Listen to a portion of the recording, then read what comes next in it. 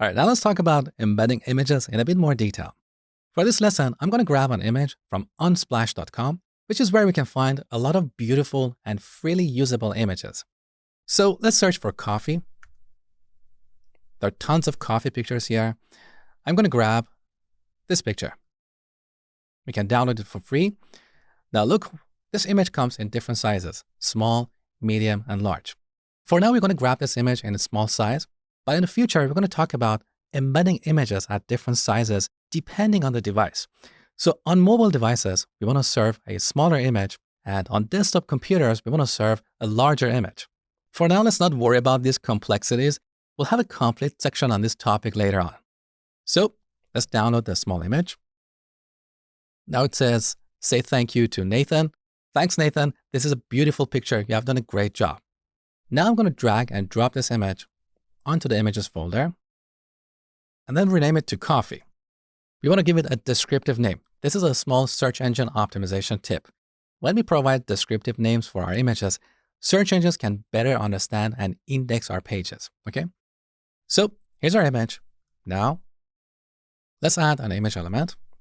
We set the source to images/coffee.jpg. Now, what about the alt attribute? Well, I briefly mentioned that we use this attribute to provide textual description of the image. It's not compulsory, but is highly recommended for a number of reasons. The first reason is to make our page accessible to visually impaired people. These people use a screen reader to read the web out to them.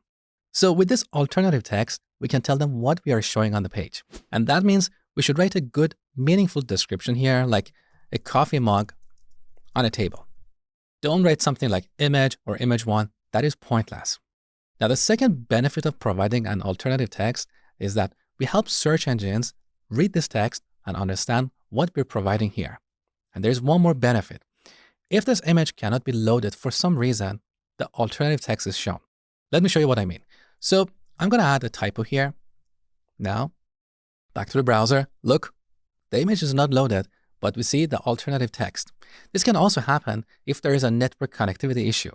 If the user gets disconnected, they can still see the alternative text. So let's remove the typo. Now let's talk about sizing images. As I told you before, we can use CSS to resize our images.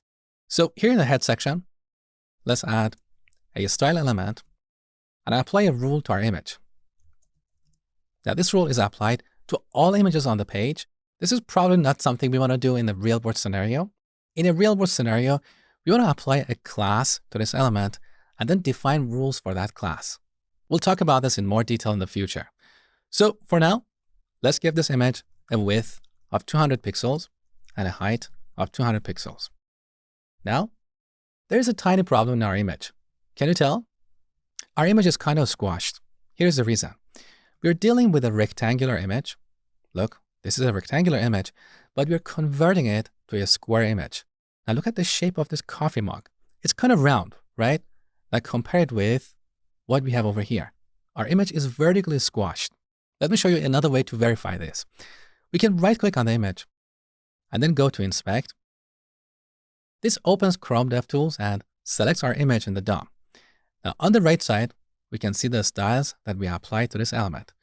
Now I'm going to disable the height property, and I want you to pay close attention to the image and see how the shape changes. So look, now the coffee mug is more round, but if I apply the height property, it becomes squashed.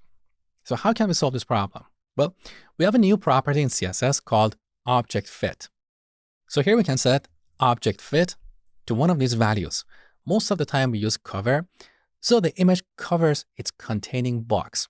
What is this containing box? Well, first let me set this to cover.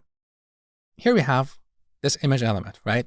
Conceptually, there is a box around every element in an HTML document. We don't see this box, but the browser uses that box to figure out how the page should be displayed. So here we have a box with this dimension, 200 by 200. And in this box, we're trying to insert this image, right? Now, when we set object fit to cover, our image will get resized and potentially cropped so it covers the entire containing box. Let's verify this. So save the changes and back in the browser. Look, our coffee mug is round, but if I disable the object fit property, it gets squashed again. So object fit is a very useful property. Now we can always play with all possible values over here. So I'm going to select this, delete it. Now using the up and down arrows, we can go through this list and see the impact of every value. Now I'm not going to go over all these values and explain what they mean. This is pointless. You can always figure them out on your own. Just remember that most of the time we use cover. So the image covers the entire containing box. All right, this is all about the images for now. Next, we're going to talk about video and audio.